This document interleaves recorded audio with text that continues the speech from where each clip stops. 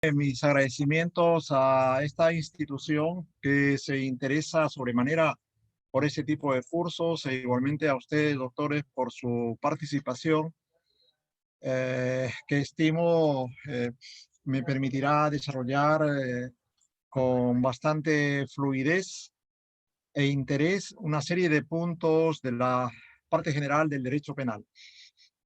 Yo tengo acá unos tópicos que se refieren al derecho penal, a la parte general, terminología, definición del derecho penal subjetivo y objetivo. Hasta ahí vamos a ver.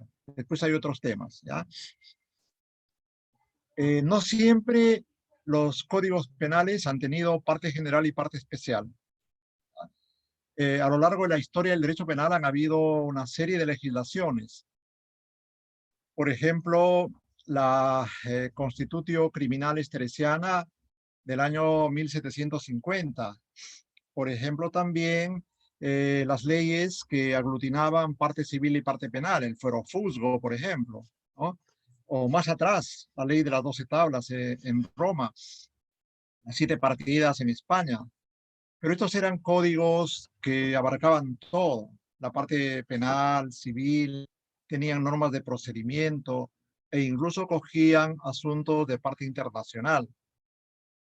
Recién en el mundo comienzan los códigos a tener una parte general y una parte especial al principio del siglo XIX. Básicamente con los códigos francés de 1810 y los códigos que vendrían a continuación, el Código Penal de Baviera de 1813 y los códigos europeos que se sucederían en esas épocas. España en 1822, por ejemplo, ¿no? Que fue un código que influyó bastante para nuestra primera legislación en el Perú, que fue el Código de 1863. Pero ya antes del Código Penal francés de 1810, en 1791, Napoleón mandó llamar a una serie de abogados y profesores de derecho a efecto de que elaboraran una legislación única en materia penal y procesal penal. Y ellos nos dieron, una serie de legisladores franceses, nos dieron el Código Penal Revolucionario, así se llamó, de 1791. Este Código Penal es un código que tiene muchas sorpresas, incluso para la actualidad, ¿no? Este es un código que estableció en pocos artículos, ¿no? En pocos artículos, no llevaba más de 100 los delitos y la parte procesal, ¿no?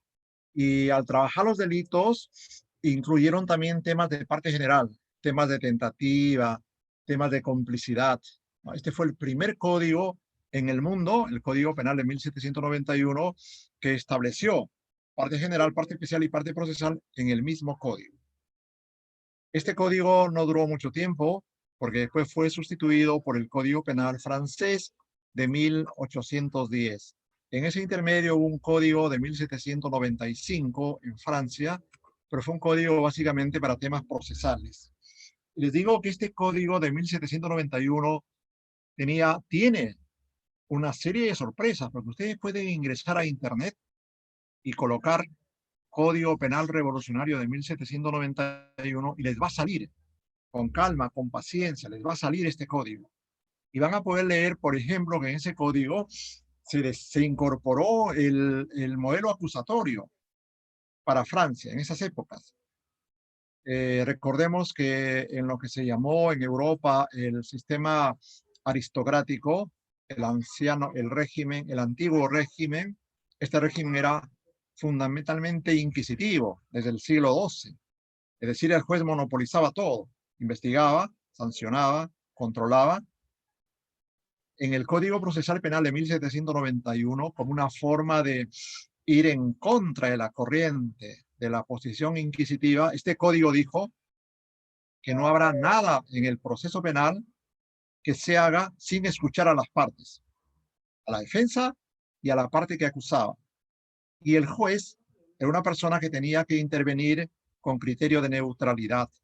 Este Código Penal de 1791, Código Penal Revolucionario, es la base del sistema acusatorio europeo modernizado, porque ahí se incorporó la oralidad. Se decía, nada que surja, o sea, la sentencia no podrá estar al margen del debate que se produzca a lo largo de las audiencias. Así textualmente. Por cierto que este modelo fue un modelo en plena ebullición revolucionaria, fue un modelo de avanzada, que después con los códigos penales de 1810, los códigos procesales, bajaría la emoción garantista. Y paulatinamente los códigos irían, sobre todo los procesales, formando modelos mixtos. Pero en materia penal, la división neta entre parte general y parte especial se da con el Código Penal francés de 1810 y de manera rigurosa, científica, se legitima con el Código Penal de Baviera de 1813, que fue redactado por Feuerbach, Ludwig Ansel von Ritter-Feuerbach. Ese es el código que se cita en el mundo del derecho penal, porque este código diferenció nítidamente entre autores, partícipes, culpabilidad, antijuridicidad, tentativa, consumación. Fue un código de avanzada, el Código Penal de Baviera de 1803, que es al que se cita por lo general en los orígenes del derecho penal moderno. Entonces, esta división entre parte general y parte especial se mantendrá a lo largo de la historia de la evolución del pensamiento penal.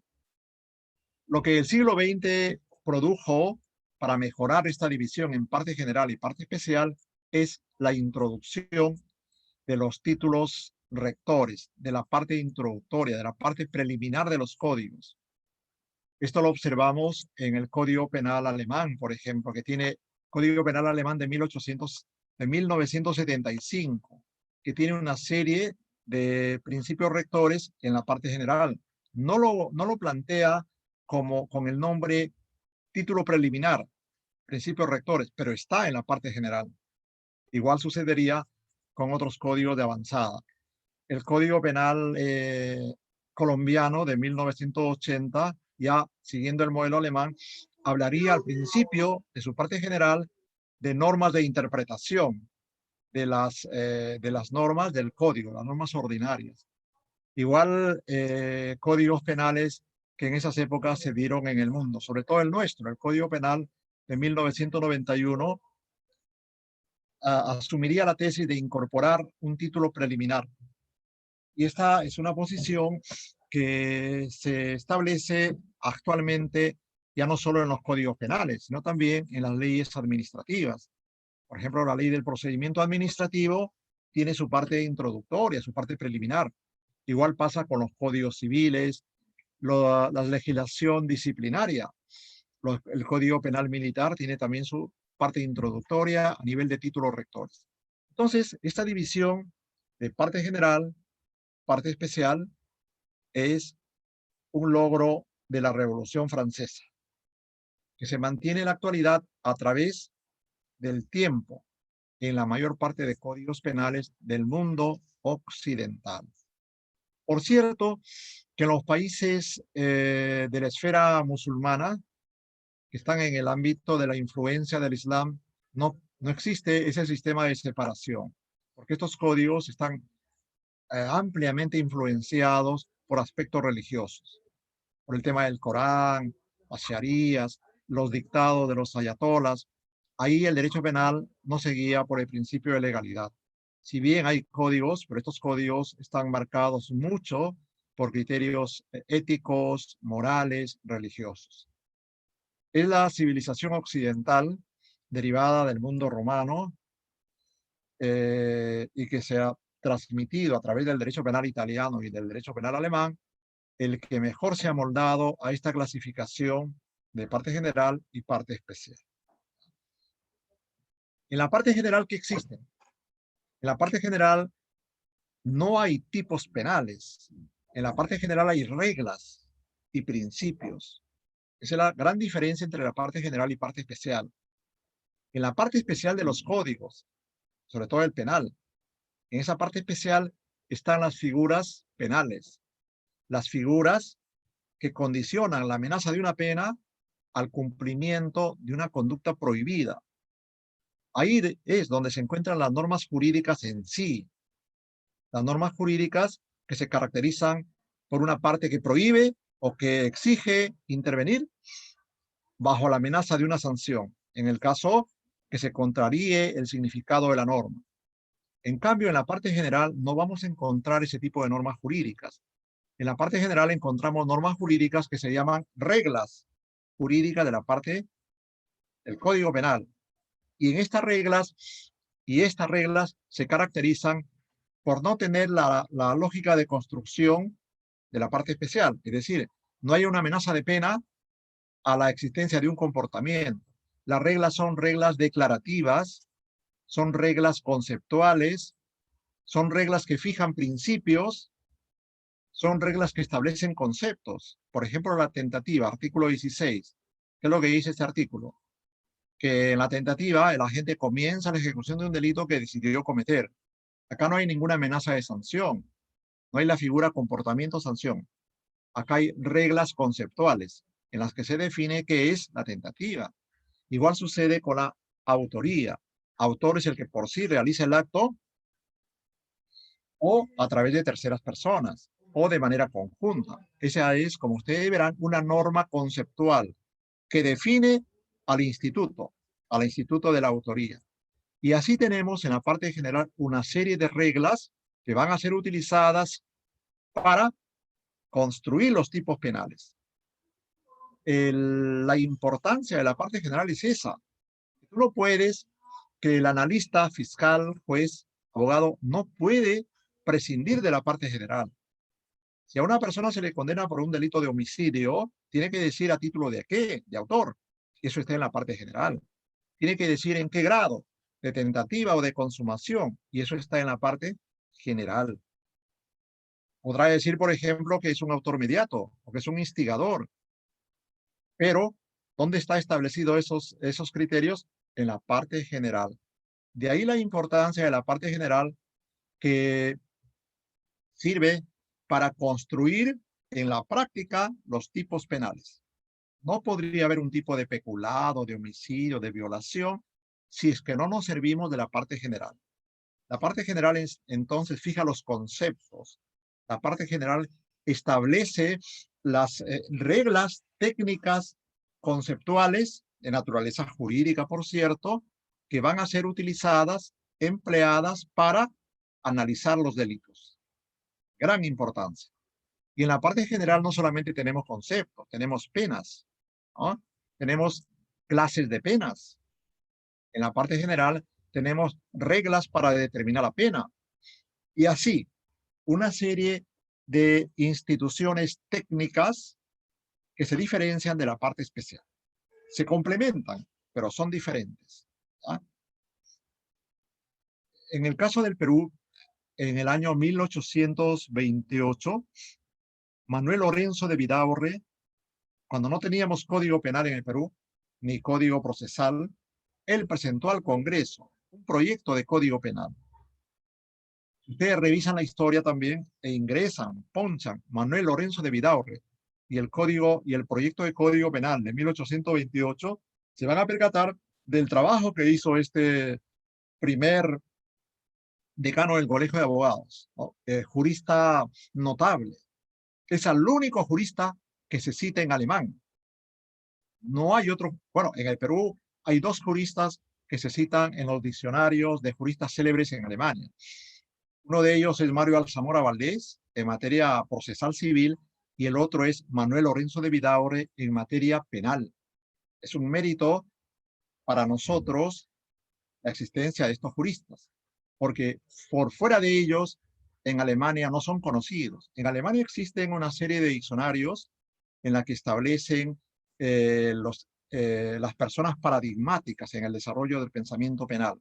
Y para nosotros solamente nos mencionan a esos dos autores.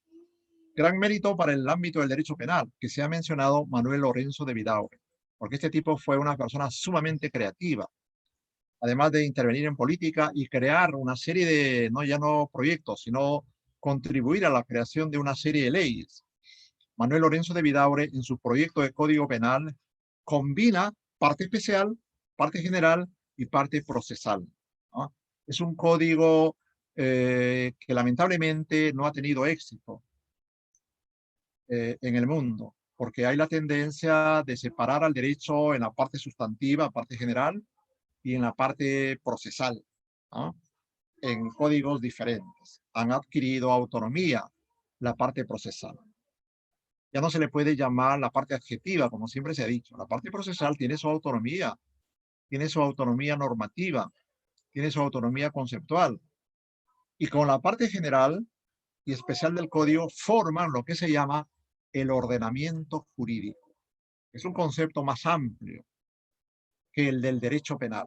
El derecho penal abarca parte general, parte especial, títulos rectores o principios generales, pero si nos salimos del concepto parte general y nos vamos a un concepto mayor a través del ordenamiento jurídico, en el ordenamiento jurídico vamos a tener el derecho penal, sustantivo, el derecho procesal, vamos a tener el derecho penitenciario. Y en el tema del ordenamiento jurídico vamos a tener también los principios del derecho penal y la jurisprudencia. Eso forma el ordenamiento jurídico. ¿Ah? Ahora, hay un mundo asociado al ordenamiento jurídico penal. Y ese mundo asociado al ordenamiento jurídico penal se llama la sociología criminal, la antropología criminal. Todo esto forma un concepto más amplio, ¿no? Del orden penal.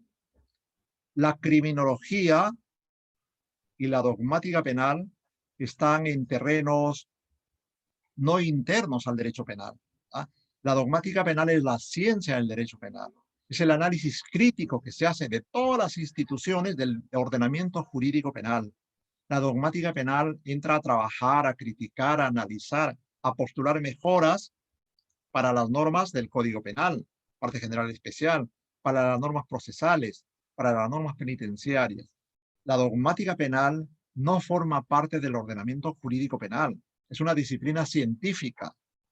La criminología igualmente. La criminología no forma parte del ordenamiento jurídico penal porque no es norma. Ni la dogmática ni la criminología son normas jurídicas, son puro pensamiento, son creación intelectual de los juristas, de los dogmáticos penales. Así como hay dogmática penal, hay dogmática civil, dogmática en el ámbito del proceso penal. Y en la criminología no puede confundirse con la sociología criminal. La criminología es una ciencia fáctica que intenta explicar delito y crimen, ¿verdad? Y que intenta explicar también los procesos a través de los cuales el Estado crea delitos, hace etiquetamientos. Por lo tanto, la dogmática penal y la criminología no están ubicados ni en el sistema penal, ni en el ordenamiento jurídico penal, ni en el orden penal. Son disciplinas científicas, como lo es, por ejemplo, la física, la química, que estudian realidades, segmentos de la realidad. La dogmática estudia las normas, estudia los procesos, estudia la toma de decisión, estudia la ejecución penal. La criminología, en cambio, estudia delito, delincuente y formas de crear delitos, porque el Estado es el que crea los delitos. Los delitos o el delito existe como conflicto social, pero el delito como en sentido jurídico penal es el que crea el Estado. El Estado define a través de la política criminal, miren, ya ingresamos otro concepto, la política criminal, el Estado define a través de la política criminal lo que es o no es delito. Eso se llama los procesos de criminalización que hace el Estado a través de la política criminal. La política criminal sí forma parte del ordenamiento jurídico, pero la política criminal está relacionado al ius punendi estatal. La política criminal no forma parte de la dogmática, no forma parte de la parte general del código. La política criminal está segmentada y está posesionada en las facultades que tiene el Estado para establecer delitos y penas. La política criminal como parte de la política general del Estado. Entonces, si hablamos de dogmática, la dogmática no forma parte del orden penal. La criminología tampoco. Son disciplinas científicas que no pueden contaminarse con las normas, con la política criminal, que no pueden contaminarse con las deficiencias y mezquindades del proceso penal, sino que están asépticamente estableciendo posibilidades de mejoras a través de la creación de los juristas, en este caso de los dogmáticos penales, o en el caso de la criminología, de los criminólogos, que tratan de explicar lo mejor posible cómo es que se dan los procesos de criminalización, cómo es que se crean los delitos, y los criminólogos están aportando constantemente líneas de interpretación de cómo solucionar los conflictos penales. Entonces, miren, el mundo del derecho penal es un mundo variado, polifacético. En el centro tenemos al Código Penal. El Código Penal es el derecho penal objetivo. ¿Ah? Es el derecho de las normas establecidas por el Estado. Solo el Estado establece normas jurídico-penales. En este mundo del derecho penal, además del Código Penal, tenemos a los códigos procesales e igualmente a los códigos penitenciarios. Todos ellos forman parte del sistema penal, ¿ah? Del ordenamiento jurídico penal, que tienen que estar en vinculación con los presupuestos o principios establecidos en la Constitución del Estado. El ordenamiento jurídico penal tiene que estar fundamentado en la Constitución. En el año 1970, Franco Bricola, que fue un destacadísimo penalista italiano, consideró que no podían haber delitos en el Código Penal que estén al margen de una fundamentación constitucional. Si la Constitución es una constitución de orden democrático liberal, no podrían haber delitos, por ejemplo, relacionados con el adulterio.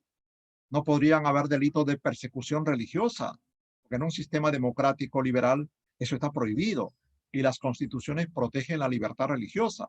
Por lo tanto, el Código Penal no podría crear delitos en función a la hegemonía de una creencia religiosa.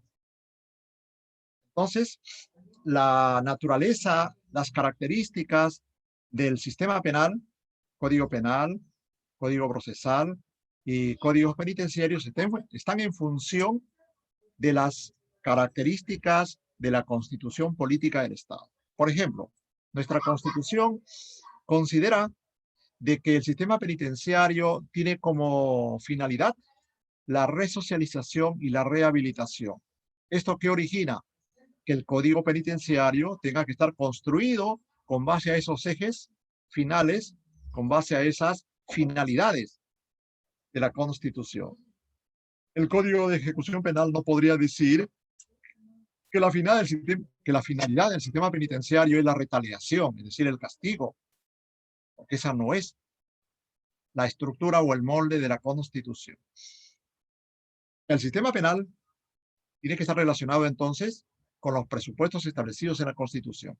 Otra cosa es que en la realidad esta relación de Constitución y Código Penal no se cumpla, que en la realidad el sistema penal sea distinto al que establece la Constitución. El sistema penitenciario en realidad no tiende a la resocialización, sino al castigo, que cuando se envía a una persona a prisión, probablemente a los fiscales y a los jueces les interese un comino que estas personas se resocialicen, porque les interesa es cumplir con la norma. Y en el Perú no tenemos un sistema de control del cumplimiento de la prisión preventiva o de la prisión como pena con base a los presupuestos constitucionales. Si enviamos a prisión a una persona, si el juez envía a prisión, el juez tiene que controlar que esa persona está resocializándose, que esa persona en la prisión está adquiriendo pautas de respeto por el sistema jurídico, por las normas. ¿Hacen eso nuestros jueces? ¿Hacen eso los fiscales en el Perú? Pues la respuesta es clarísima, no. O sea, en el Perú, a la prisión preventiva o a la prisión pena se lo considera como depósitos para enviar a las personas y erradicarlos del tejido social. sea, en el Perú, la prisión cautelar y la prisión pena cumple fines que están por fuera de la Constitución. Por lo tanto, serían prisiones preventivas y prisiones penas que estarían deslegitimadas socialmente. Eso es lo que pasa en nuestro país. Básicamente con base a los justificadores que el Perú no tiene presupuesto, que el Perú no le debe dar a los prisioneros condiciones de vida. Incluso en esa lógica siempre están los medios de comunicación, ¿verdad? Levantando el grito en el cielo si es que algún prisionero ha acomodado su celda, le ha puesto un alfombrado o esta persona tiene ciertas ventajas. Eso se ve como una cosa increíble que no puede suceder. Entonces, en el Perú, entonces, se toma la prisión como castigo, más no como un mecanismo de resocialización.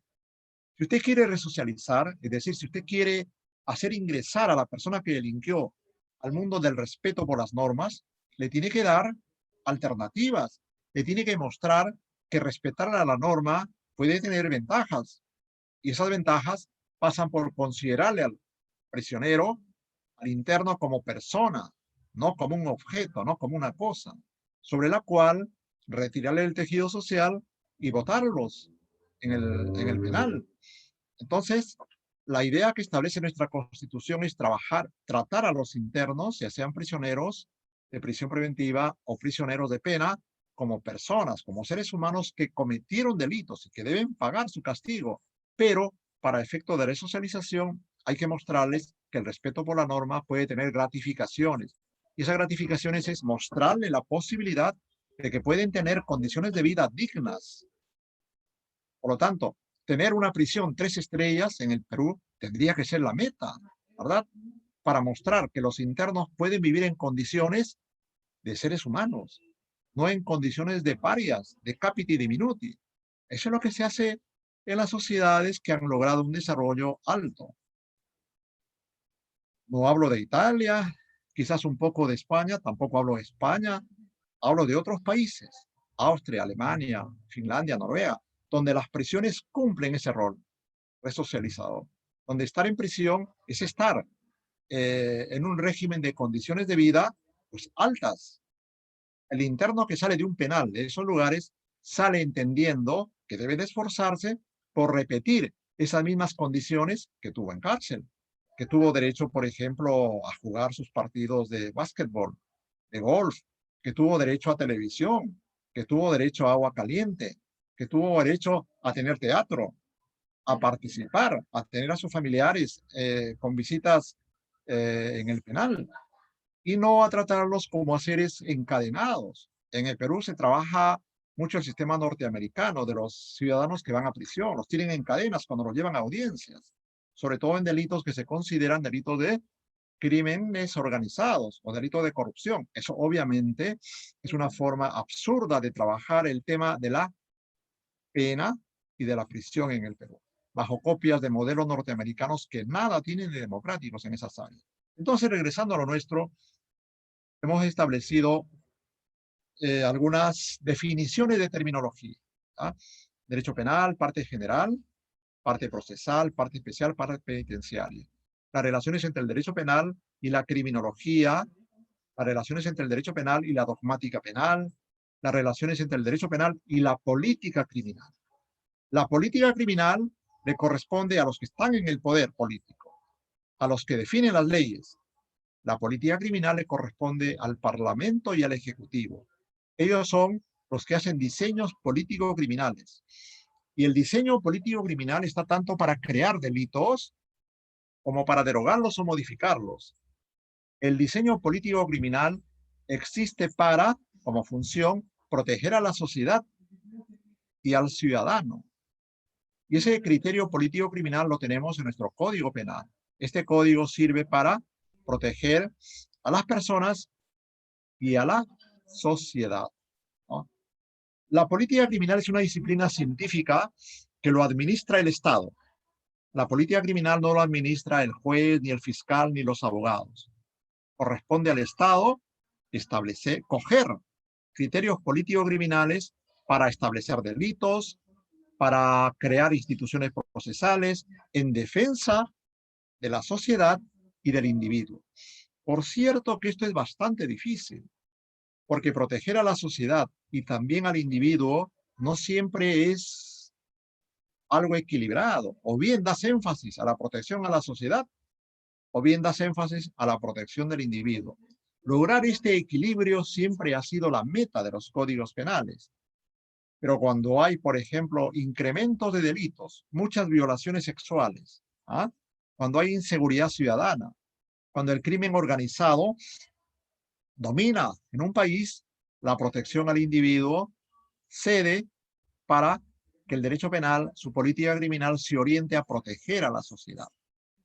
En circunstancias normales, tranquilas, de vida democrática, el derecho penal de protección al ciudadano es predominante, ¿no? Por ejemplo, en las sociedades altamente industrializadas, no hablo de Estados Unidos, porque Estados Unidos es un ejemplo nada bueno para trabajar estos temas. Es una sociedad muy polarizada, muy contradictoria, muy represiva, muy discriminadora.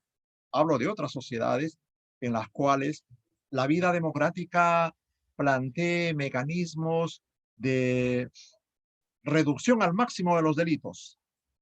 ¿Cuáles serán los mecanismos, los ejes de relación entre las personas?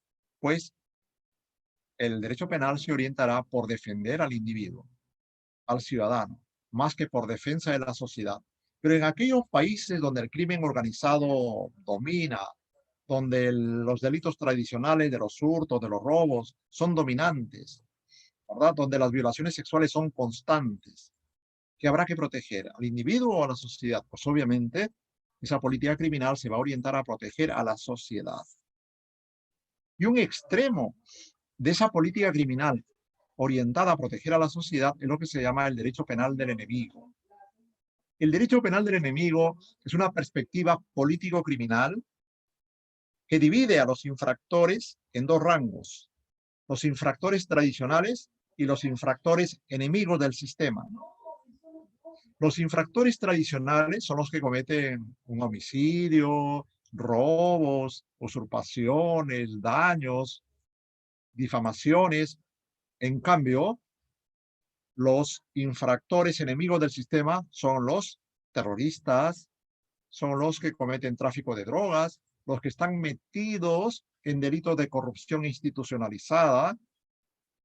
Forma parte del primer orden de los delitos tradicionales, de los infractores que siempre fueron la clientela del sistema penal, delitos menores, como por ejemplo peculados, como por ejemplo abusos de autoridad, como por ejemplo uno que otro prevaricato, pero son enemigos del sistema, forman parte del otro rubro de delincuentes, aquellos que están asociados con corrupción institucionalizada, con crimen organizado, con temas fuertes de lavado de activos, con corrupción que vincula gran empresa, funcionarios y Estado. Estos son los enemigos del sistema. El Tribunal Constitucional peruano no acepta ese esquema de enemigos del sistema e infractores tradicionales. Considera en algunas de sus resoluciones que no podríamos hablar en el Perú de un derecho penal del enemigo, porque eso vulneraría el principio de igualdad frente a la ley, porque a través del Estado no se puede hacer ese tipo de diferencias. A lo que son enemigos del sistema, las garantías procesales, las garantías penales, o desaparecen o se restringen al máximo, que es lo que pasa con, por ejemplo, con el tema de violación sexual. En tema de violación sexual, el derecho de defensa es muy precario, ¿verdad? Porque se considera que se está afectando valores que forman parte de la dignidad humana. Por lo tanto, al sujeto que viola a un menor de edad, que mata a un menor de edad, luego la violación, va a ser sumamente difícil que se respeten sus derechos sustantivos y procesales.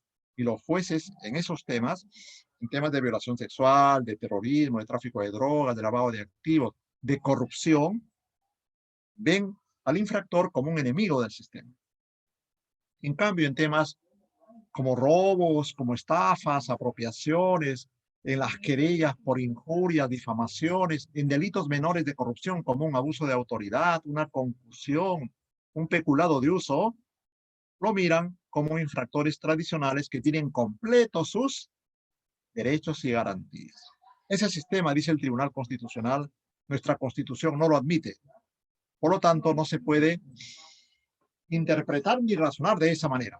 Pero en la práctica, los jueces, y esto lo tenemos en el discurso de los jueces y los fiscales, ellos están orientados en campañas de lucha a muerte con la corrupción, a muerte con el narcotráfico, a muerte contra la violación sexual. Por lo tanto, han asumido, jueces, fiscales, procuradores, el sistema de defensa intenso de la sociedad y el Estado, que se llama derecho penal del enemigo. Muy bien. La política criminal, ojo, es una disciplina científica. ¿Ah? La política criminal toma sus elaboraciones, sus construcciones normativas de la realidad que vive la sociedad, de la realidad asociada al delito, de la realidad asociada a las infracciones a nivel de delitos, de faltas y de crímenes. Si bien nosotros no diferenciamos en el Perú, no se diferencia entre delito y crimen, en la práctica esa diferencia existe. No es lo mismo un delito de robo, un delito de hurto, que un delito de robo a mano armada. El robo a mano armada es un crimen, el delito de hurto es un delito.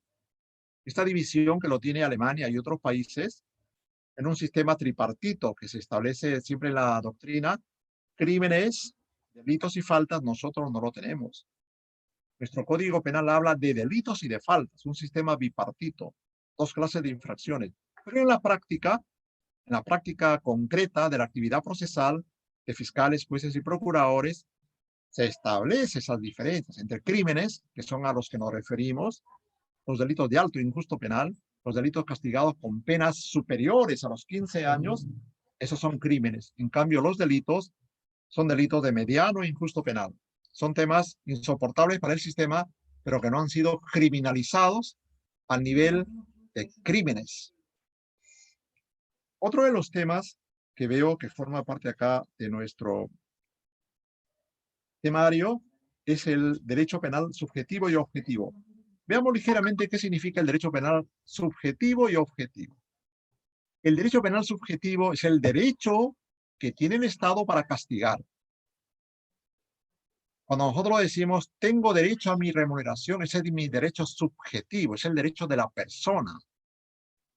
Es el derecho que le asiste a todo ciudadano a tener gratificaciones. Es el derecho que tiene un ciudadano de que la otra persona o el Estado le dé lo que le corresponde. Ese es el derecho subjetivo. El derecho subjetivo en materia penal está asociado al poder que tiene el Estado a castigar el delito, a crear construcciones legislativas y a disponer que fiscales y jueces se encarguen de la gestión y administración de los delitos. El derecho subjetivo es el ius punendi estatal. El ius punendi estatal se define como el derecho a castigar. Y ese derecho solamente lo concentra el Estado, nadie más. Por cierto, el derecho subjetivo a castigar o ius punendi estatal ha tenido una evolución larga a través de los tiempos, ¿verdad? En siglos anteriores, para no irnos muy lejos, cuando la sociedad era una sociedad estamental, cuando no existían los estados, estoy hablando de los siglos XIII, XIV, XV, XVI, en que la sociedad europea, y también eso ha pasado en Japón, en China, la sociedad europea estaba dividida en reinos. Cada uno de esos reinos estaba al mando de un príncipe. Imagínense en España, por ejemplo, Castilla, Aragón, Andalucía, eran reinos que estaban regidos por un príncipe. Y cada príncipe establecía su derecho penal, tenía su moneda, establecía sus leyes y fijaba el régimen punitivo, tenía sus propios jueces. Entonces el ius punendi estatal ha evolucionado de un sistema estamental dividido en estamentos, en partes, a un ius punendi estatal. Cuando en Europa surgen los estados, siglo XVII, siglo XVIII y siglo XIX, el Estado monopoliza el ius punendi. En Inglaterra todos lo sabemos, hubo un proceso muy importante de monopolización del ius punendi. Inglaterra siempre se caracterizó porque los varones feudales, estamos hablando de los siglos XII, XIII, XIV, XII, XIII, los varones feudales eran amos y señores en sus territorios. A partir del siglo XIII, con las modificaciones que se empezó a hacer en materia penal, los reyes ingleses, 14, 15, fueron concentrando el poder del ius punendi. No solamente el poder de establecer moneda, el poder de establecer un ejército, sino el poder de castigar. Las sociedades modernas, siglo XVIII, XIX, XX, ya definen ese tema como que el ius punendi o el derecho subjetivo a castigar le corresponde en exclusividad al Estado. Para eso se crean delitos, ¿no? Delitos como el delito de usurpación de funciones, delitos como en una línea paralela, los delitos de sedición. Por ejemplo, el Estado castiga la sedición, la rebelión.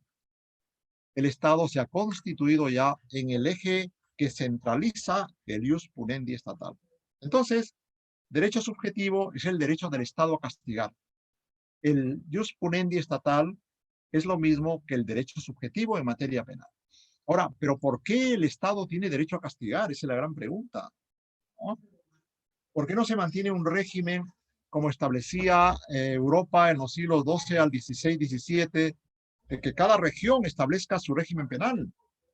Cajamarca con su propio sistema penal, Arequipa con su propio, Puno, la zona de Huancayo igual, porque eso generaría una gran desigualdad, una dispersión normativa que los estados modernos ya no lo admiten.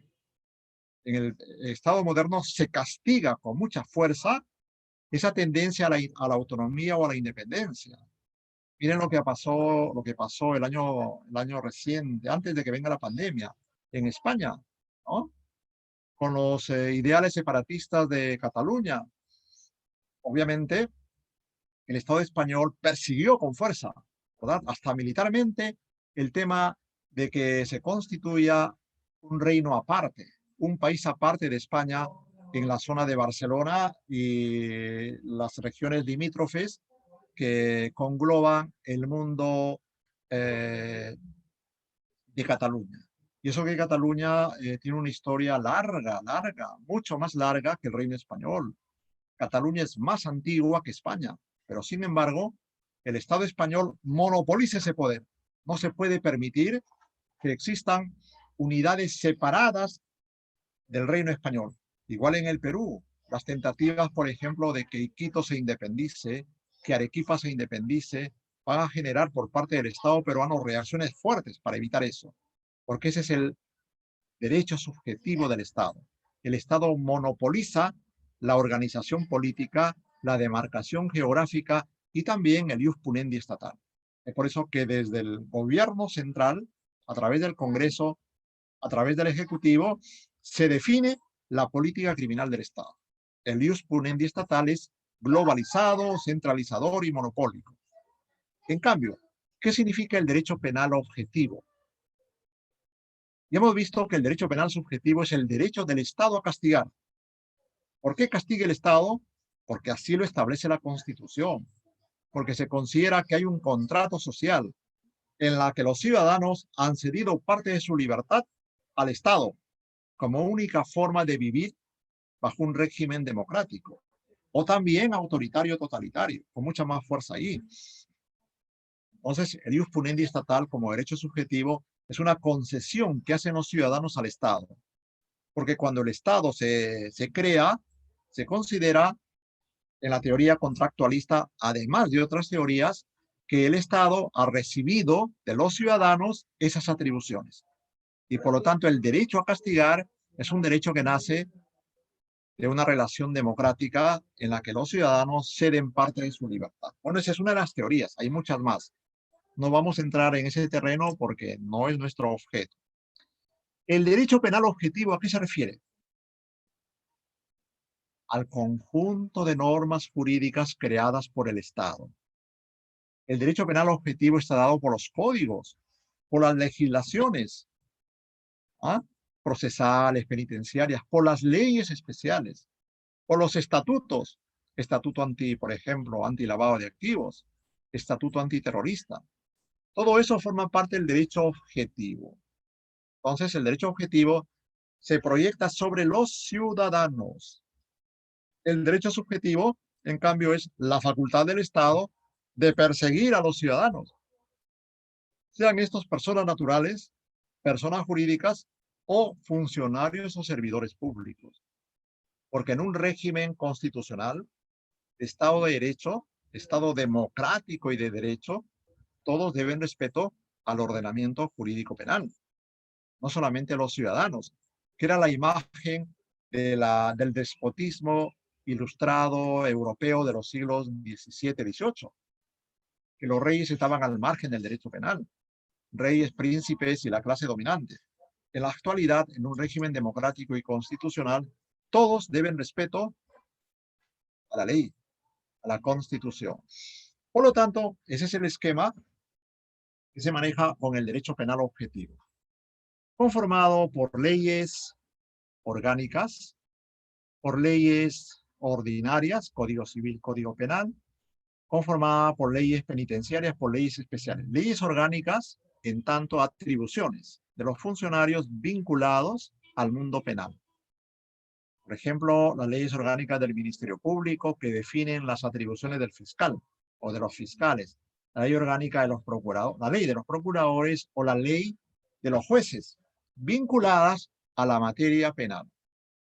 El derecho penal objetivo y el derecho penal subjetivo están íntimamente vinculados. ¿Ah? Porque no podría haber un derecho penal subjetivo sin derecho penal objetivo. Si el sistema político criminal no crea normas, es solamente derecho a castigar, entonces, ¿cómo se podría viabilizar ese castigo? Si no es a través de las normas y de las instituciones.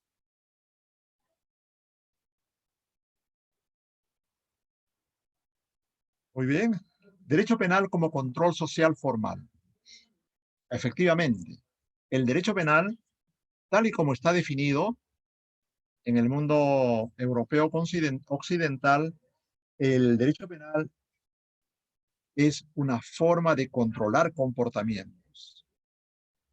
Es una forma de estandarizar expectativas de comportamientos. El derecho penal no puede permitirse que existan personas que están violando niños, mujeres o varones.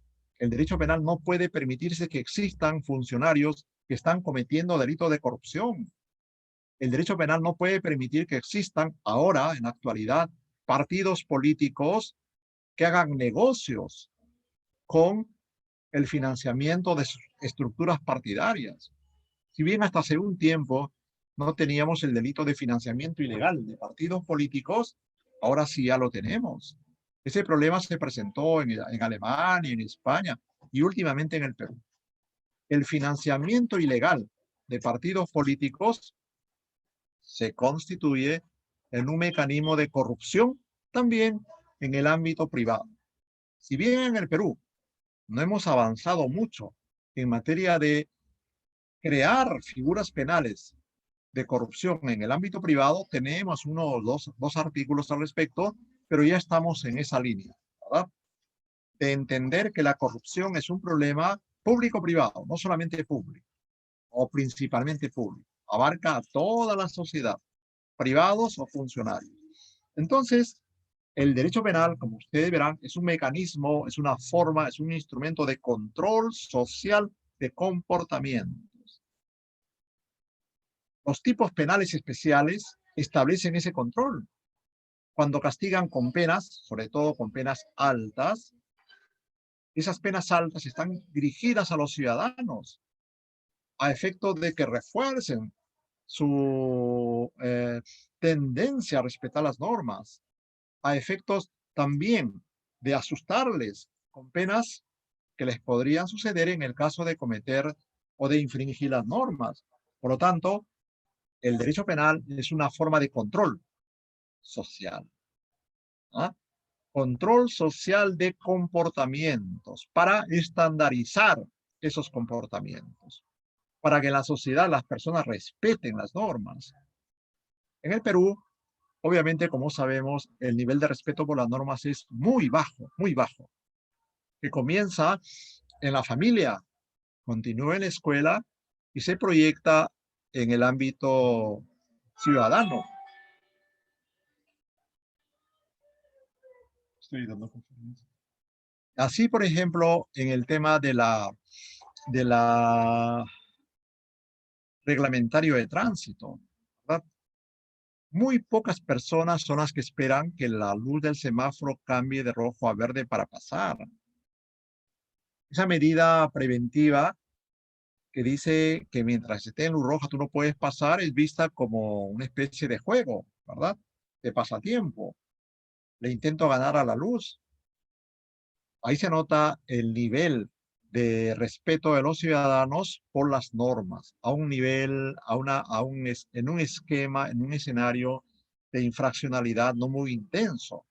La infraccionalidad de tránsito puede ocasionar resultados lesivos, pero su injusto penal es poco intenso, a diferencia de lo que sucede en materia penal. Entonces, el respeto por las normas es la finalidad del control social. Lograr que los ciudadanos, ese es el ideal, como en Corea, como en Japón, como en la China, respeten las normas, por más pequeñísimas o ínfimas que éstas sean. Tener su cola, esperar que llegue tu tiempo para el servicio que buscas, ¿verdad? No comprar la cola, respetar el tránsito, respetar a los mayores, etcétera. Cuando manejas el vehículo, manejar siempre en un sistema defensivo, pero el ciudadano peruano, que es algo parecido a lo que pasa en América Latina, por lo general es como un niño al que hay que siempre estarle controlando. Esa es nuestra característica. Y ese afán de control es bastante anecdótico con los peruanos, ¿no? Los peruanos que vamos a Estados Unidos, que vamos a Europa, y sí, por lo general, como todos sabemos, cumplimos las normas. Entonces somos como niños caprichosos que vivimos un régimen de democracia aparente, no de democracia real, no se nos otorgan derechos, no somos tratados como ciudadanos y cuando hay la ocasión de infringir la norma lo infringimos, como una especie de reacción psicológica, de psicología profunda que explicaría esa clase de comportamientos, ¿no? Entonces, vamos a ver mi celular para ver los temas. Estamos hablando del derecho penal como control social formal. ¿Por qué se dice control social formal? Porque hay otro tipo de control social, un control social material, un control social informal. Formal porque es el Estado el que hace ese control de comportamientos. Ese control de comportamientos que hace el Estado lo establece, lo realiza a través de diferentes instituciones estatales. Para empezar, por ejemplo, el colegio, la escuela y el colegio, privado o público, es un control formal. El centro de trabajo también es un control formal. ¿Por qué formal? Porque hay normas dictadas y que nosotros tenemos que respetar. Si las violamos, nos atenemos a las consecuencias. Ese es el control formal que hace el Estado a través de diferentes instituciones. Hay un control no formal que es el que uno mismo tiene que darse, que es el que se hace en familia, en casa, que es el que se hace en la sociedad, ¿verdad? En el barrio, en el respeto por las formas, por el trato con las personas. Control formal, no formal, control material. También hay otro tema que dice política criminal, que ya lo hemos visto, dogmática penal y criminología también, que ya lo hemos visto, ¿ya? Hasta aquí, doctores, ¿algunas preguntas?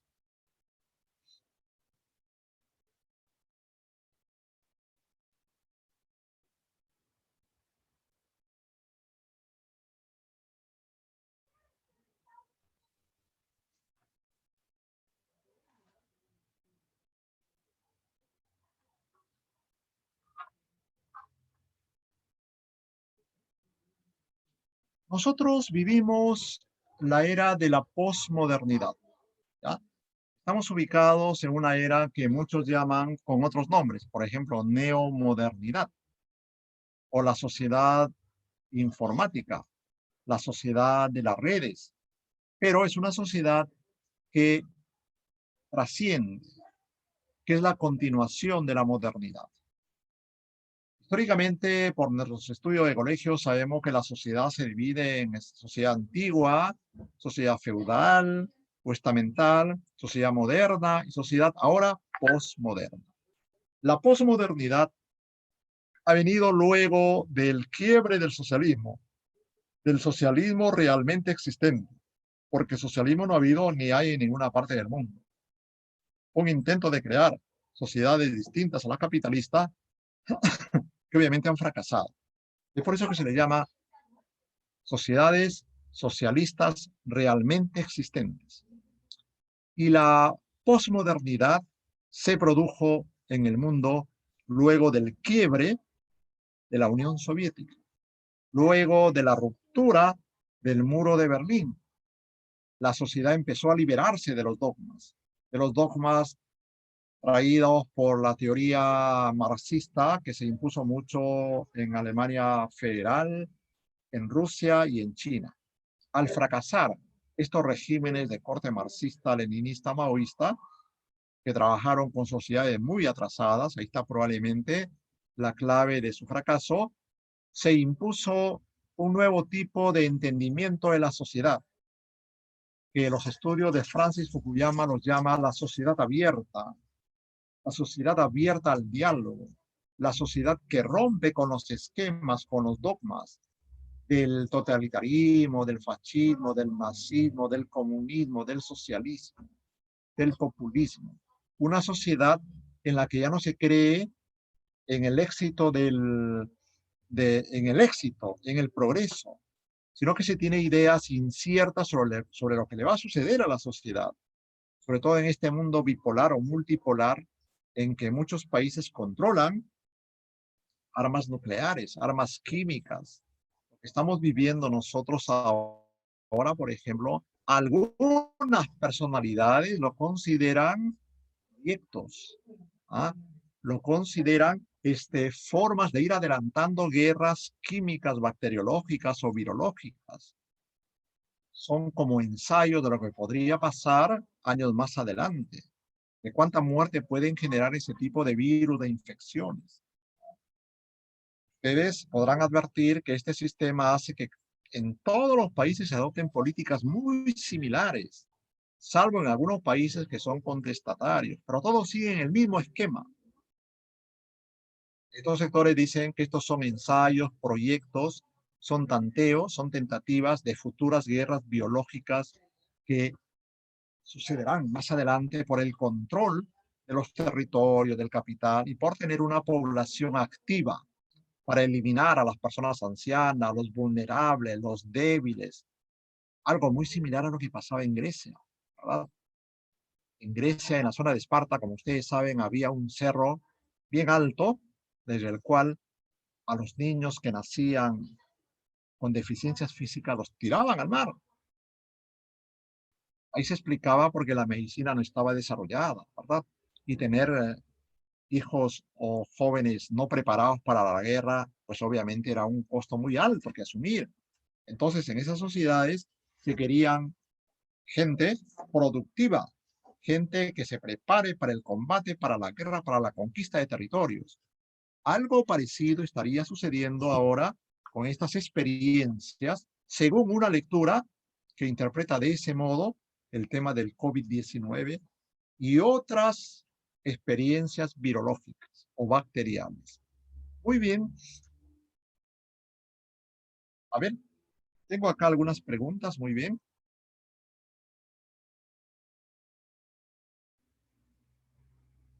César Villalobos me dice, ¿qué entendemos por derecho penal del enemigo? Buenas tardes. Doctor, ya lo dije, ya lo dije. Ya desarrollé bastante esa idea, ¿ya? Derecho penal del enemigo, en tanto una manifestación extrema del derecho penal de defensa de la sociedad. Este esquema de defensa de la sociedad fue una teoría que detectó Marc Angel en Suiza y Francia. Recuerden ustedes los años previos a la Segunda Guerra Mundial. Recuerden ustedes lo que pasó en Italia y en Alemania. En Alemania se dictaron, según ellos, según los líderes nazis, según los juristas que sirvieron al régimen nazi, se sucedieron una serie de dispositivos jurídicos, civiles, penales, para hacer limpieza racial, ¿verdad? Para defender a la sociedad aria de aquellas infecciones que producía la existencia de los judíos, de los gitanos, de los latinos, de los negros. Eso fue un sistema de defensa, un derecho penal de defensa social. Se prohibieron matrimonios entre arios y judíos, así sean blancos los judíos. El problema no era un problema de raza, era un problema de alemanes y no alemanes, de alemanes arios y no arios. Se dieron una serie de mecanismos, una serie de normas penales que reflejaron el derecho penal de exclusión. Esto fue un derecho penal del enemigo en esa época, ¿ya? Y esto fue trabajado por Marc Angel, quien creó la noción del derecho penal del enemigo, y que ahora en la actualidad, con lo que está pasando con los delitos de criminalidad organizada, se vuelve a potenciar. Los narcotraficantes, los sujetos que se dedican a la corrupción institucionalizada, al soborno transnacional, los traficantes de armas, son enemigos del sistema. Por lo tanto, la teoría del enemigo crea esa diferenciación en relación a los infractores. Los que gozan de las garantías del derecho penal sustantivo y procesal, y aquellos que no tienen derecho a gozar de esas garantías, aquellos a quienes se les priva o se les restringe al máximo. Y esto ustedes lo ven, doctores, que son abogados, que son fiscales, jueces, con el tema de los violadores sexuales. Seas o no seas violador sexual, tus derechos están sumamente restringidos. En el tema del delito de tráfico de drogas, de lavado de activos, en todos aquellos de corrupción, ¿verdad? ¿Habrá un fiscal valiente que hable con un traficante de drogas, con una persona que esté involucrada en temas de corrupción? Es complicado, ¿verdad? Esos son delitos nefandos, se llaman, delitos de criminalidad organizada, frente a los cuales hay que adoptar mecanismos de asepsia, ¿verdad? Frente a los cuales el sistema tiene que defenderse y tratarlo como son. Ese es el esquema del derecho penal del enemigo. Ustedes habrán escuchado a muchos jueces que dicen: yo persigo la corrupción, ¿verdad? Donde hay corrupción tenemos que ser duros. Bueno, ese juez está contaminado por la cultura del derecho penal del enemigo. Ese juez probablemente ya no es juez. ¿Ah? Ese juez o es un fiscal o es un procurador. Y en el Perú, pues obviamente tenemos una gran cantidad de jueces que no lo son, que son persecutores. El juez no puede contaminarse con esas ideologías del derecho penal del enemigo. Tiene que ser una persona que mantenga su perfil neutral en la medida de lo posible. El juez que se considera un luchador contra la corrupción está absolutamente contaminado. Y nuestros tribunales están llenos de esa clase de jueces. Por cierto, que hay jueces que son más serenos, más objetivos, que saben que tienen que buscar dónde está la verdad a través del proceso y no partir con anteojeras. Pero lamentablemente, la lógica del derecho penal del enemigo está presente en una gran cantidad de operadores jurídicos. Eso hace muy peligroso el sistema penal peruano, ¿verdad? Porque se pierde objetividad en el análisis. El doctor Núñez me dice: estas penas tan altas que se están dando, como por ejemplo en el 173, en tanto que es cadena perpetua, responde o se ampara en la idea de la política criminal. Pregunta, porque considero que no estaría respetando el principio de proporcionalidad, pero por supuesto, ¿no? Eso ataca los fines constitucionales del artículo 130, no me equivoco probablemente 138, numeral 13-14, que dice que la pena tiene fines resocializadores, rehabilitadores, reeducadores. Si se va a establecer cadena perpetua, 35 años, ¿dónde están esos fines? ¿Qué le va a servir a la persona durante tanto tiempo poner de manifiesto su respeto por la norma? Eso obviamente ofende el enunciado constitucional de la finalidad del sistema penitenciario y de las penas. Eso no tiene nada que ver con el principio de proporcionalidad. Y sobre todo que el Perú es el país más terrible, más tremendo en tratamiento y abordamiento de la cadena perpetua. Alemania, Francia, Portugal, España, Colombia, revisan su pena de cadena perpetua dependiendo del país de los 15 a los 20 años. En el caso nuestro se revisa la cadena perpetua a los 35 años. Ese es un absurdo.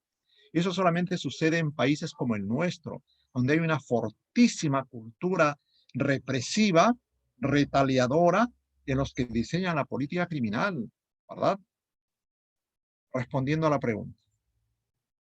Otra Jessica me dice qué opinión le merece el hecho de que nuestros legisladores crean, modifican, derogan leyes que colisionan con los derechos constitucionales. ¿Cómo deben enfrentar esta situación los operadores del derecho? Primero, ¿a qué se debe que los legisladores, sean legisladores del Congreso o sean legisladores del Ejecutivo, crean, se desarrollan con esta lógica, ¿ya? De crear, modificar, derogar leyes que con esas prácticas llegan a afectar derechos constitucionales? Primero, por ignorancia. Segundo, por bonos políticos, en el caso del Congreso. Tercero, por deseos de estar bien con los poderes que controlan el poder político, en el caso del Ministerio de Justicia y el Poder Ejecutivo.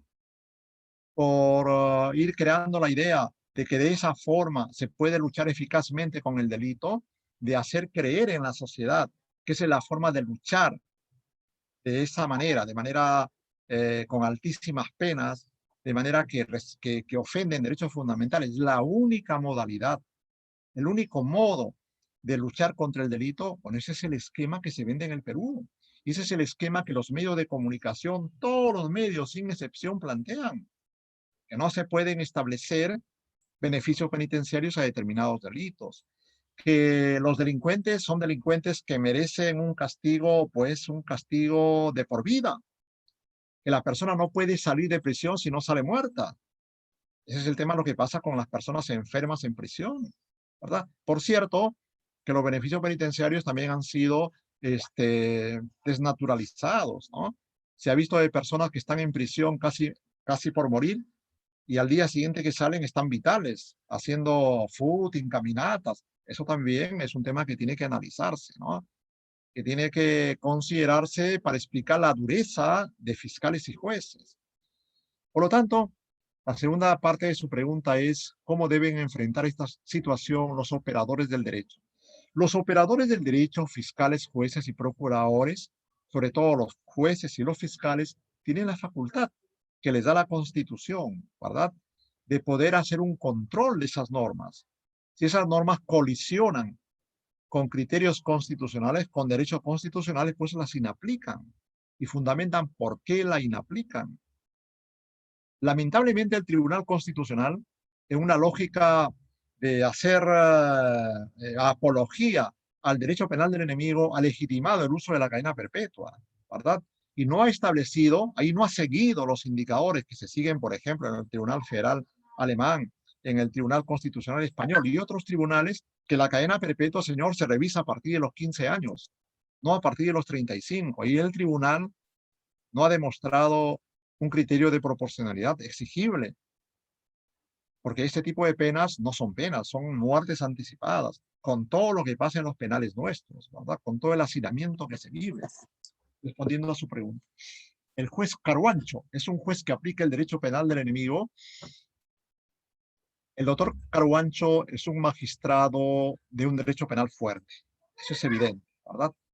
Es una persona que tiene firme la convicción de que aplicando medidas fuertes, él como juez de investigación es una persona que aplica mucho prisión preventiva. Él desde su perspectiva considera que esa forma es como se tiene que luchar contra el delito.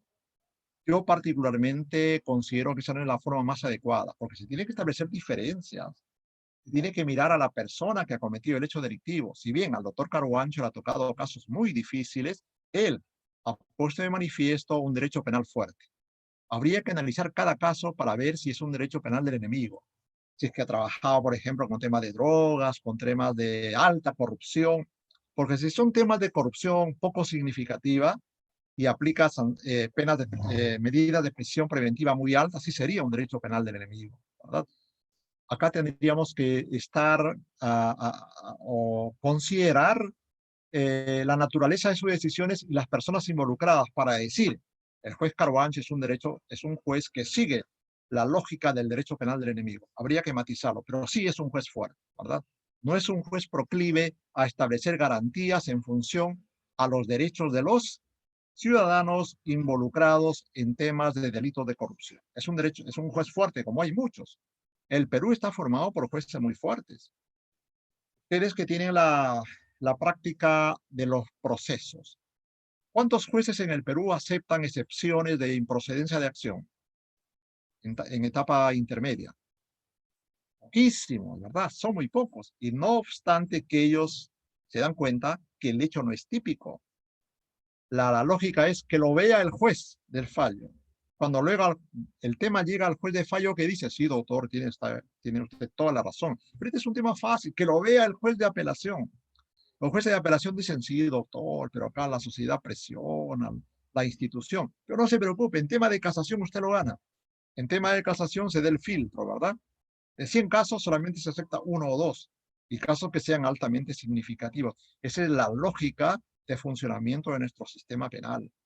Un sistema penal con muchas carencias, no solo presupuestales, sino también de percepción del fenómeno delictivo. Es un derecho que cuando no hay corrupción, cuando son jueces correctos, fiscales correctos, se orienta efectivamente a un derecho penal fuerte.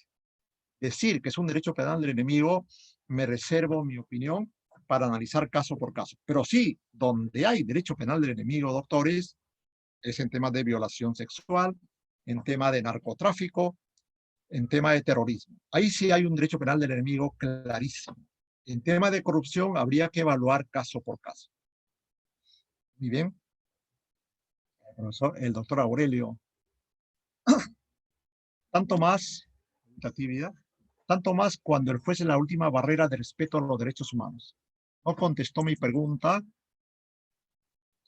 ¿Qué opina de la crisis de derecho penal, ya que Zaffaroni considera que se ha endurecido llenando las cárceles y no cumple su rol rehabilitador? Disculpe, doctor. Sí vi la palabra Zaffaroni, pero se me fue, ¿no? Ya. El juez es la última barrera de respeto a los derechos. Tendría que ser así. El juez es la última fase de la decencia humana. Si el juez no garantiza derechos, todo está perdido. El juez penal. El juez penal, doctores, es el funcionario con más poder en un país democrático. Ni el presidente de la República tiene el poder que tiene el juez penal. El juez penal, por ejemplo, el doctor Carbancho y otros doctores tienen un poder inmenso. El funcionario, mientras más poder tiene que administrar ese poder con mayor prudencia, ¿verdad? Porque el daño que se puede causar a las personas es de irremediables consecuencias. Por lo tanto, el juez es el último escenario de la decencia, es el último escenario de respeto a los derechos de la persona. Correcto. Ahora, en relación a Zaffaroni, él considera que se ha endurecido, llenado las cárceles y no se cumple, que se cumpla su rol rehabilitador en el Perú. Es difícil decirlo que sí. Mayoritariamente tendrá que contestarse que no es así. Porque miren, en la actualidad, doctores, quien trabaje sus casos ante la fiscalía se va a dar cuenta la forma como trabajan los fiscales. Es una cosa terrible, ¿verdad? Están hacinados en locales. O sea, el Estado tiene que dar el presupuesto que requiere el Ministerio Público. Esa forma de trato que hace el Estado a fiscales y a determinados jueces no es correcto. El Estado tiene que asegurarle condiciones dignas de trabajo al personal fiscal. Por lo tanto, si eso puede suceder a nivel de fiscalías, ¿cómo será la cosa a nivel de los penales?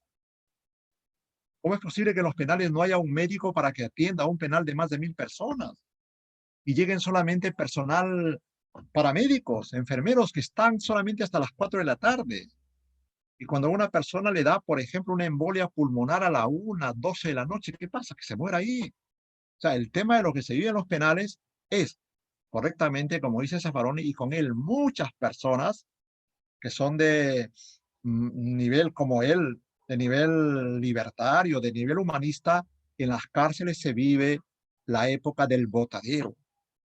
A las cárceles van las personas tratados como cosas, para que ahí como cosas se amontonen, ¿verdad? Y la cárcel es tratado actualmente como una posta médica de la peor calidad posible. Si no tienen médicos, que tengan un dentista, que tengan psicólogos, una cárcel tiene que tener su sistema de atención al interno. El interno no es un sujeto paria que ya salió de la sociedad. Hay muchos internos que son inocentes e incluso estando culpables, siendo culpables, el Estado les tiene que demostrar que el Estado garantiza sus derechos y les permite una posibilidad de resocialización, dándole condiciones de vida dignas, no enviándolos al ostracismo, al régimen infrahumano en que el Estado trata las cárceles. Para mí siempre ha sido curioso la existencia del Ministerio de Justicia y Derechos Humanos, ¿verdad? Ministerio de Justicia y Derechos Humanos, que tiene dentro de su estructura funcional defensa pública gratuita. Está muy bien. Pero sin embargo también tiene al INPE dentro de su estructura funcional. El INPE con una barrera impermeable donde nadie puede ingresar. El INPE que trabaja en un sistema cerrado de información y de tratamiento a los reclusos. El INPE frente al cual los jueces no tienen poder. ¿Qué juez permite o ha logrado que en los penales, esos penales, permitan el ingreso de los familiares para las audiencias? Los jueces se desentienden de ese problema. Uno les dice, señor, el sistema del juicio, es un sistema público. ¿Por qué no se permite que ingrese la esposa del interno, los familiares? Los jueces dicen, sí, ¿quién está haciendo eso? No, ya, que dispongan, va a ver a usted hablar con el personal del INPE. Él le va a decir, a mí me tiene que autorizar el ministro. No el jefe del INPE, el ministro. Y se cierran las puertas. No hay penal que haga respetar el principio de publicidad. Y ahí jueces, fiscales, no tienen poder. Eso es lo contradictorio. Ministerio de Justicia y Derechos Humanos, que permite que los internos salgan encadenados a las audiencias. ¿Qué clase de Ministerio de Justicia es ese, doctores? Es absurdo, ¿verdad? Lo que pasa en el Perú. Perú, un país casi fallido, sumamente precario, con apariencia democrática. Un país que siempre ha sido administrado por un conjunto de bribones que administran patrimonios de terceras personas. Zaffaroni tiene toda la razón, ¿no? Vivimos, vivimos en países que lamentablemente no son ejemplos de comportamiento democrático o de respeto a los derechos. El doctor Núñez dice, el anteproyecto del Código Penal del 2004 intenta modificar la revisión de la cadena perpetua reduciéndolo a 25. Ya, claro. 15 años, doctores. 15 años. Es el nivel para revisar la cadena perpetua y para analizar si la persona se hace merecedora de beneficios penitenciarios. 15 años. 25 es una pena exagerada. 25 es la tercera parte de vida de una persona, por más delito nefando que haya cometido.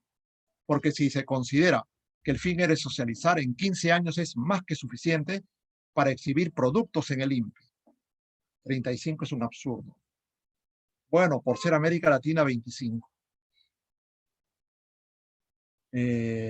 Doctor Carvajulca dice, es que para el Estado peruano invertir dinero en las cárceles no es para cumplir los fines de la pena, no es atractivo. Sí, es otra mirada económica del fenómeno de la resocialización. Correcto, doctores.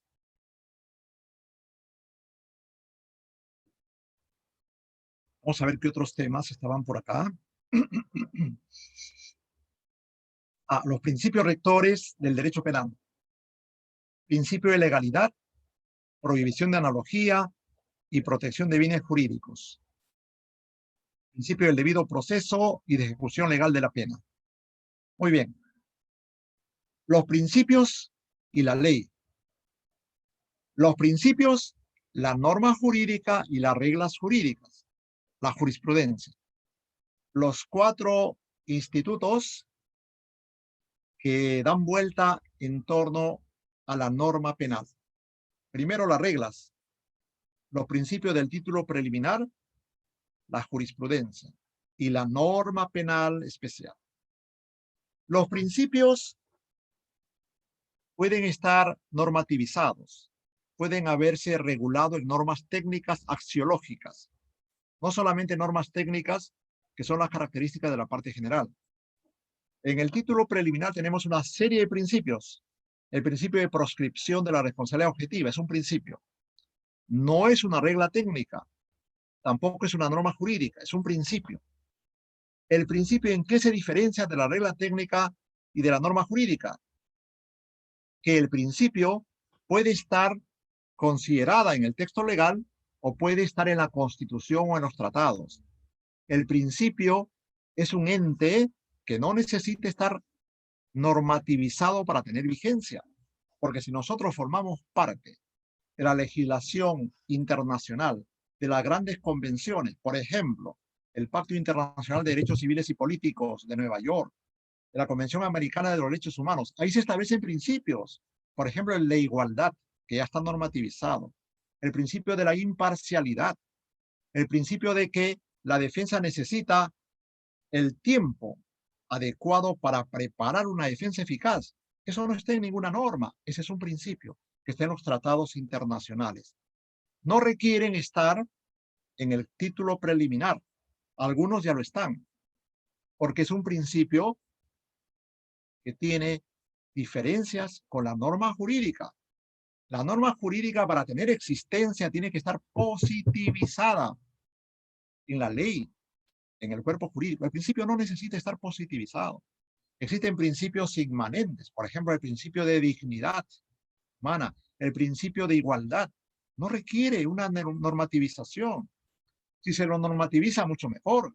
Ya se convierten en criterios normativos rectores, pero siempre van a ser principios.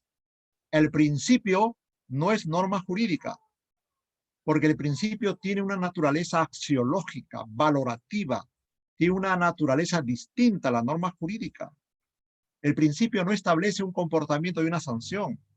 El principio no es un concepto, como son las reglas de la parte general. El principio es una construcción de alto valor ético que va a servir para la interpretación y la justificación de las decisiones. Esa es la característica del principio. La lucha entre los principios y las normas siempre ha sido una lucha entre los naturalistas, los positivistas, los seguidores de las escuelas realistas del derecho, ¿verdad? Siempre se ha dado ese conflicto. Roland Dworkin, por ejemplo, contra Hans Kelsen. ¿Ah? En la estructura del principio da cuenta entonces de construcciones altamente etizantes, altamente democratizadoras, de construcciones que se salen de la lógica normativa. El principio, cuando se lo contempla en la norma jurídica constitucional, penal o procesal, se convierte en un principio normativizado, en un criterio rector, pero no requiere estar a ese nivel. Si lo está, mucho mejor. Y en nuestro título preliminar tenemos una serie de principios. El principio de legalidad, que está en el título preliminar y que está en los primeros artículos 6 y algunos otros artículos del Código Penal. El principio de legalidad ya está normativizado. En los códigos del siglo XIX no estaba el principio de legalidad, ¿verdad? Pero por la lógica misma de la construcción de las normas penales generales y especiales, se tenía la idea cierta de que hay un principio superior a esas normas penales, que es el principio de legalidad, de que los comportamientos prohibidos tienen que estar establecidos en una norma penal, si no, no es posible sancionar. Ese es el principio de legalidad.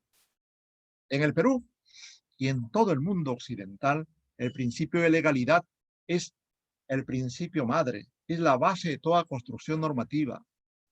Al principio de legalidad se deben los jueces, los fiscales, los políticos, los ciudadanos y también los infractores.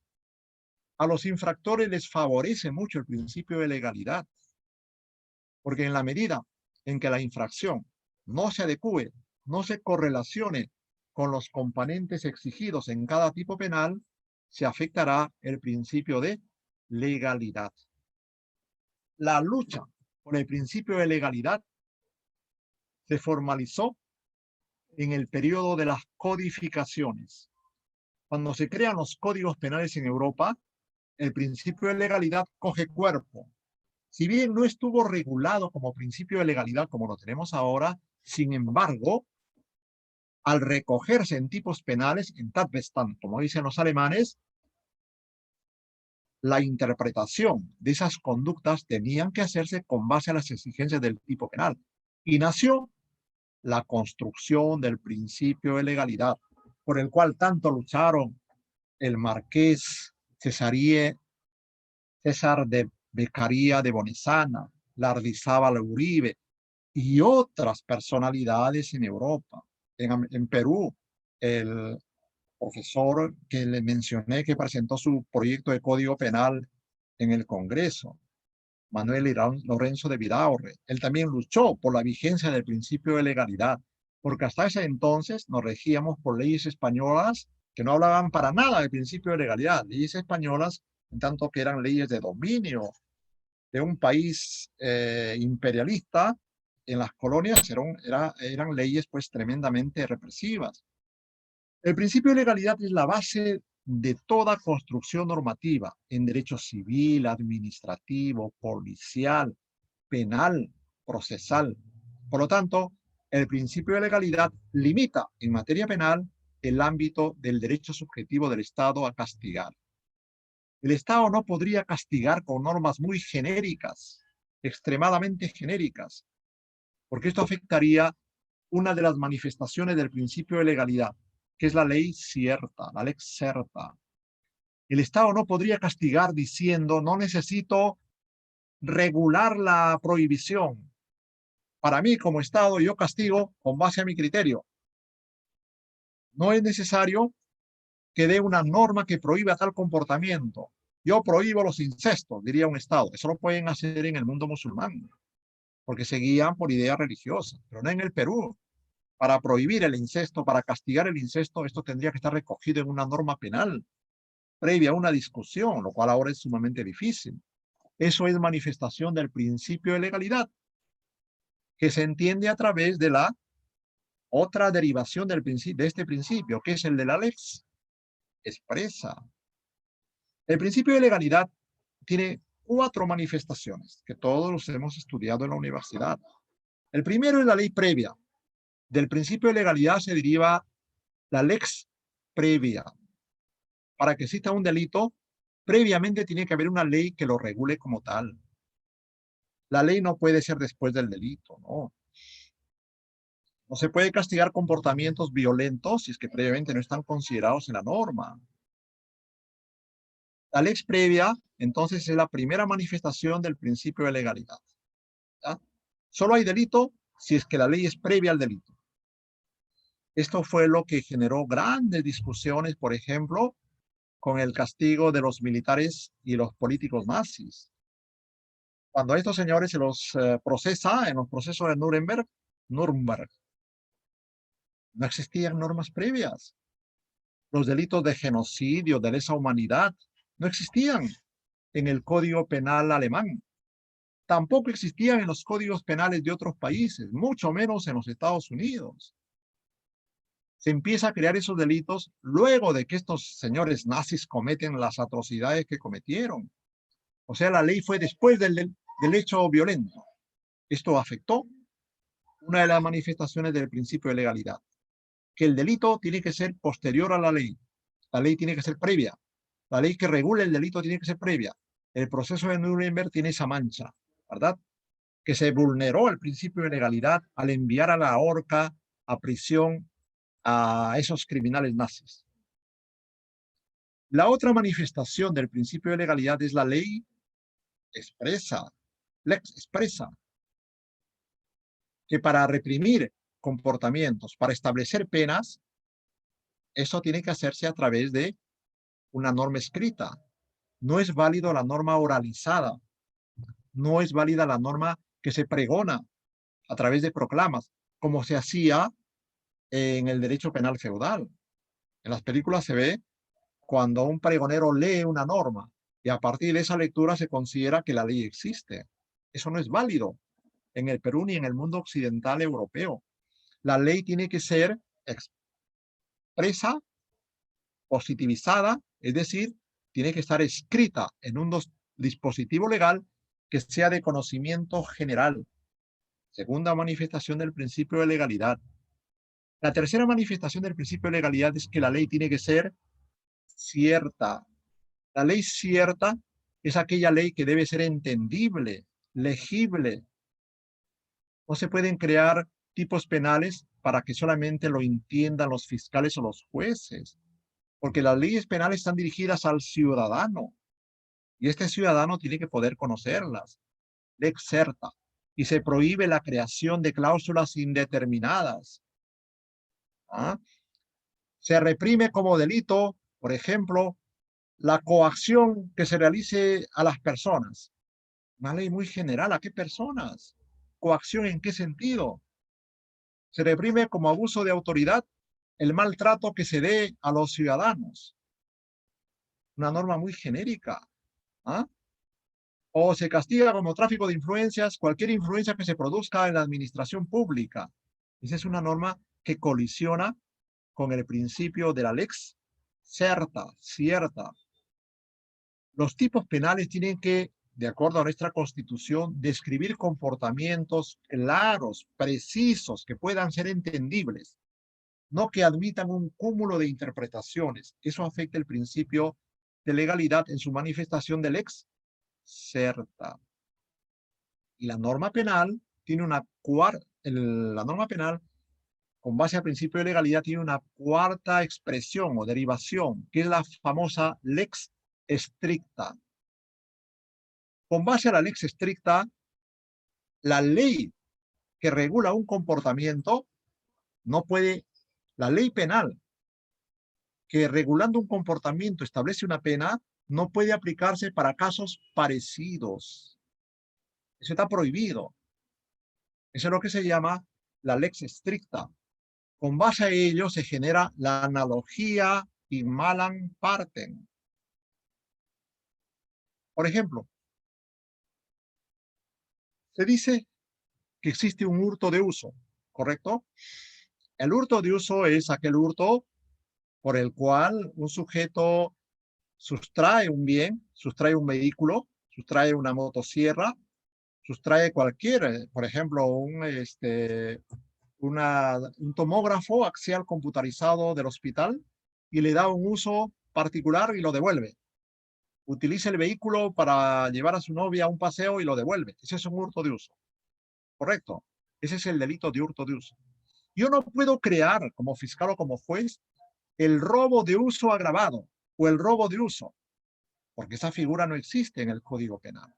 Yo no puedo aplicar una figura penal destinada para un caso específico a una situación que agrava la situación jurídica del procesado, para decir eso fue un robo de uso.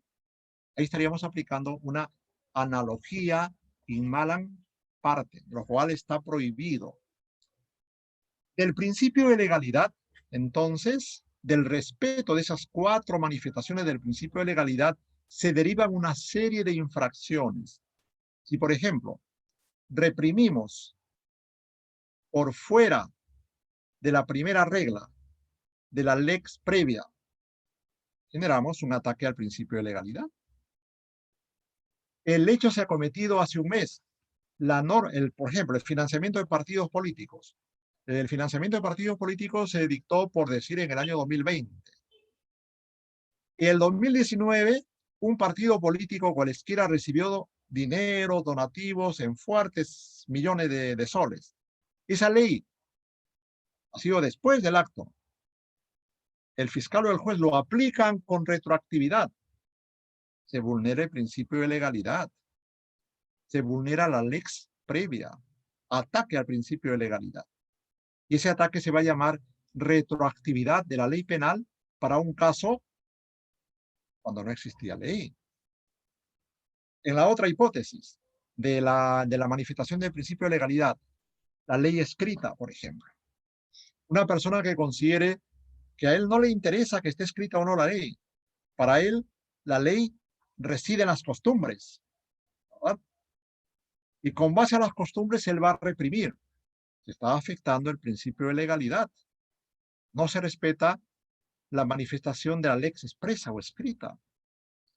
La lex certa, cuando el legislador, por ejemplo, crea tipos penales demasiado genéricos. Y en el Código Penal hay varios ejemplos. Ahí no se respeta el principio de legalidad. Y finalmente, cuando se aplica analógicamente la norma penal para casos parecidos, pero que no ingresan en la norma, se afecta el principio de legalidad a través de la aplicación de analogía in malam parte. Es debatible, y la doctrina y la dogmática aceptan, que la norma penal puede aplicarse analógicamente, pero para favorecer a la persona, ¿ya? El principio de legalidad, entonces, limita el ius punendi estatal. Es un gran límite. Contra el principio de legalidad ha surgido modernamente el principio de oportunidad. Las sentencias conformadas, la conclusión del juicio, que no respetan el principio de legalidad. Con base al principio de legalidad, la persona se deriva, del principio de legalidad se deriva el principio de culpabilidad. Una persona solo va a responder por un hecho que él ha cometido, por un hecho que se adecue al tipo penal. Pero sucede que muchas veces la persona dice, acepto responsabilidad, soy el culpable. Muchas veces dice, no he cometido el hecho, pero soy el culpable. ¿Y por qué es que aceptan responsabilidad? Para evitar esa terrible desnaturalización de la vida de este ciudadano, esa situación de constante desazón que supone estar asistiendo a las audiencias, estar asistiendo a las citaciones, ser interrogado, que ingresen e invadan su área vital, que esté la policía rondando o ingresando a su casa, con todo el infinito conjunto de males que supone la injerencia penal sobre una persona que es investigada. Entonces él dice, acepto responsabilidad, Señor. No quiero seguir en esto. ¿Eso qué afecta? El principio de legalidad, pues.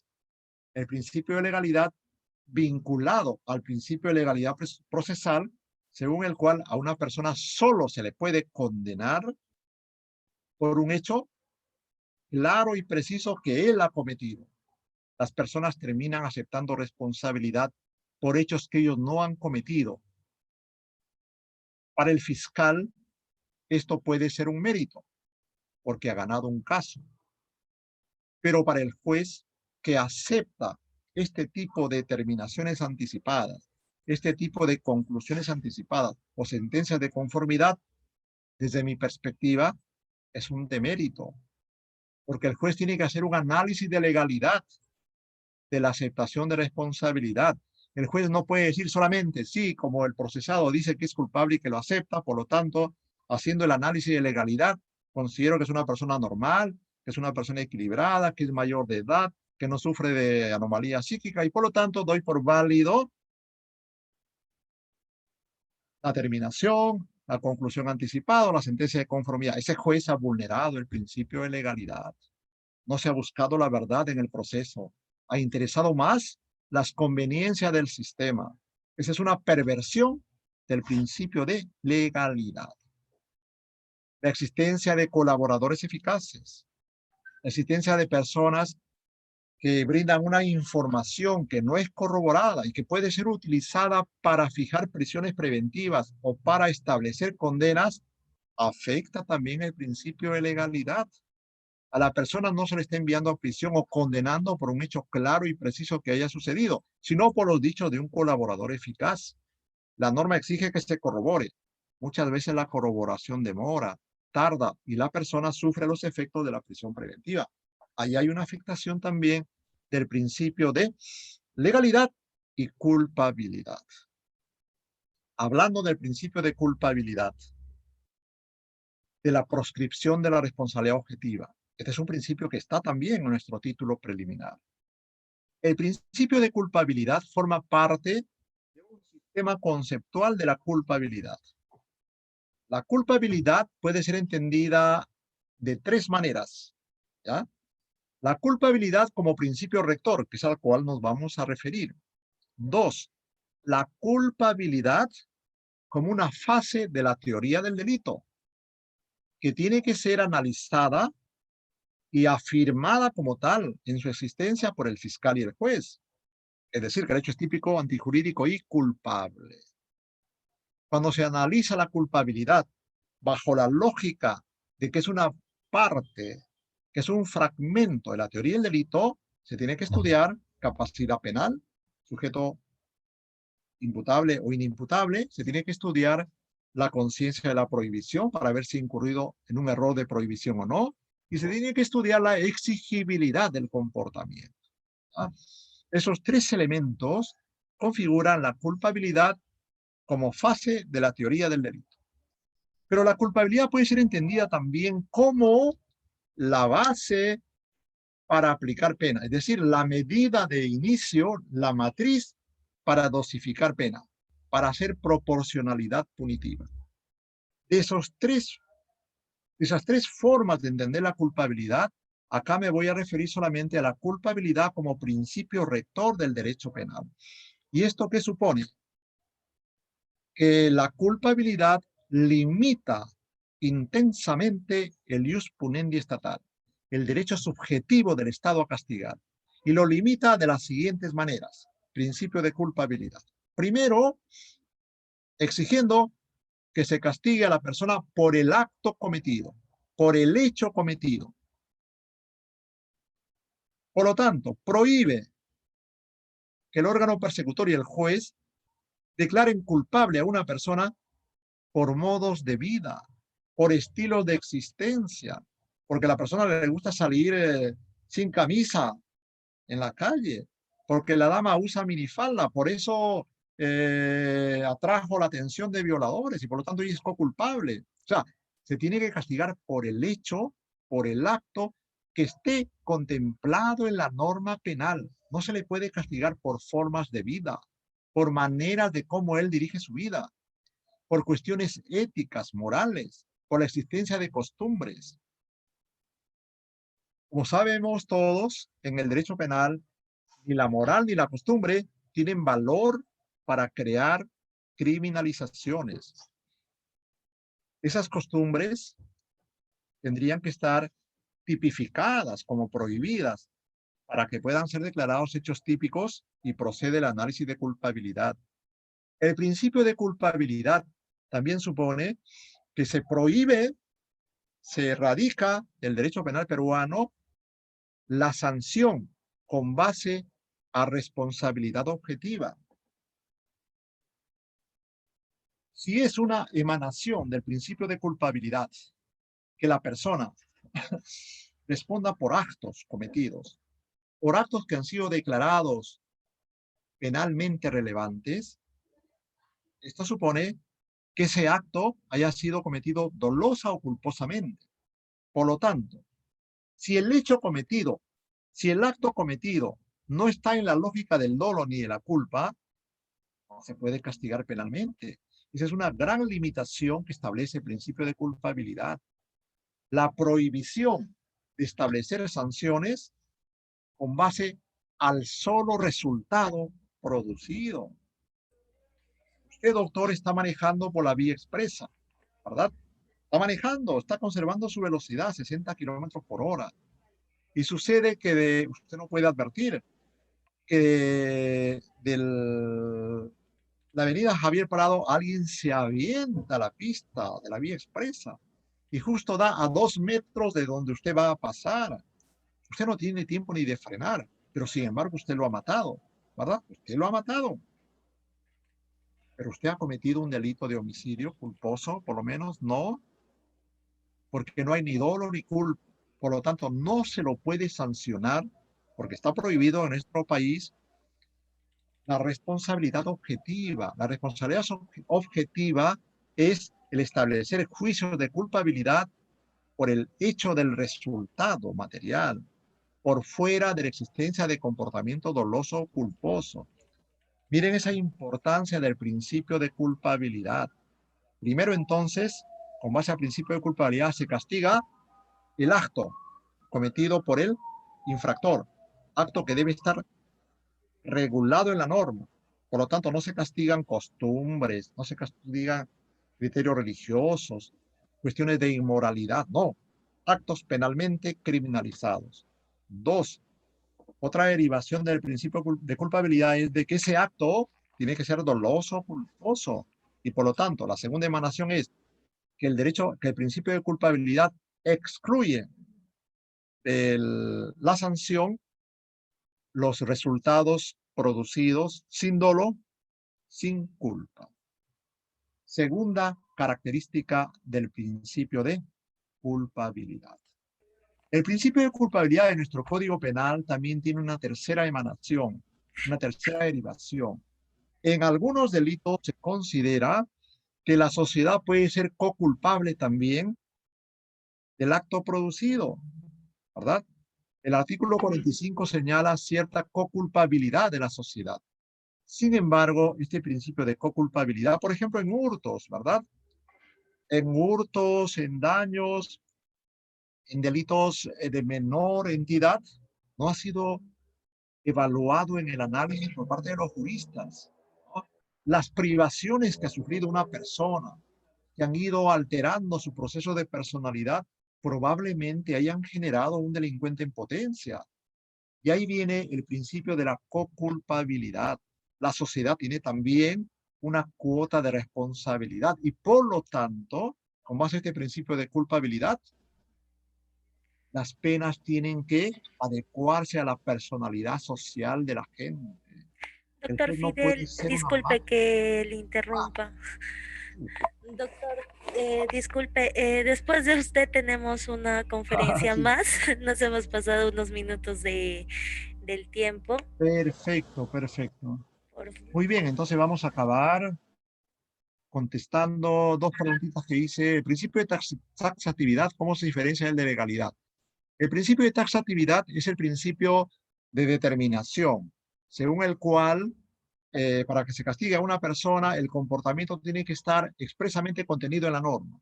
Eso tiene que ver con la lex certa que hablábamos, ¿ya? Con la lex certa y la lex stricta.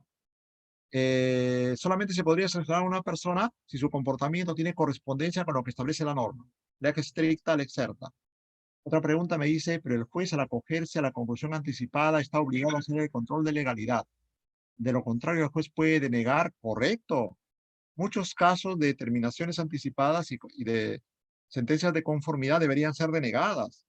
El juez debe advertirle, señor, yo considero que en su caso hay razones atendibles para que se lo declare inocente, pero eso no hacen los jueces por temor, o sea, no asumen su rol de juez. El sistema atemoriza. Natalie me dice, buenas noches, ¿cómo debería de aplicarse correctamente por las autoridades judiciales la máxima de la experiencia, sin vulnerar el principio de legalidad? Este es un tema muy bonito que no puede ser explicado en el corto tiempo que tengo. La máxima de experiencia no están en relación con el principio de legalidad. Las máximas de experiencia están en relación con la valoración de ciertos medios de prueba, no de todo tipo de prueba.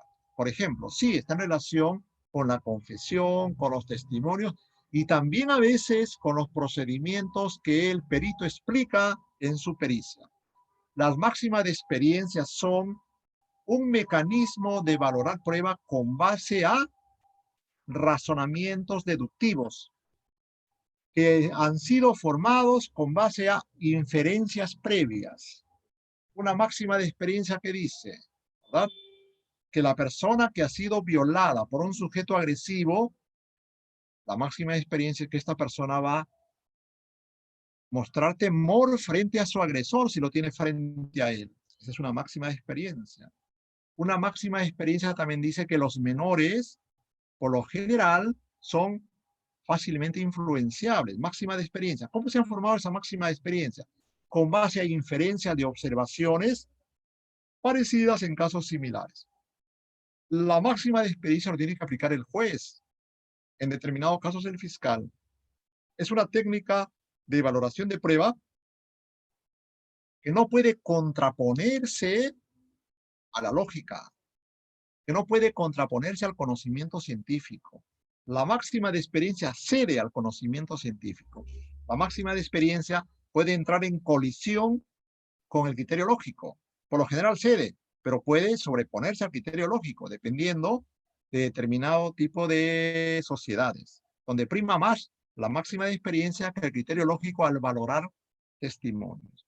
El tema es hermosísimo.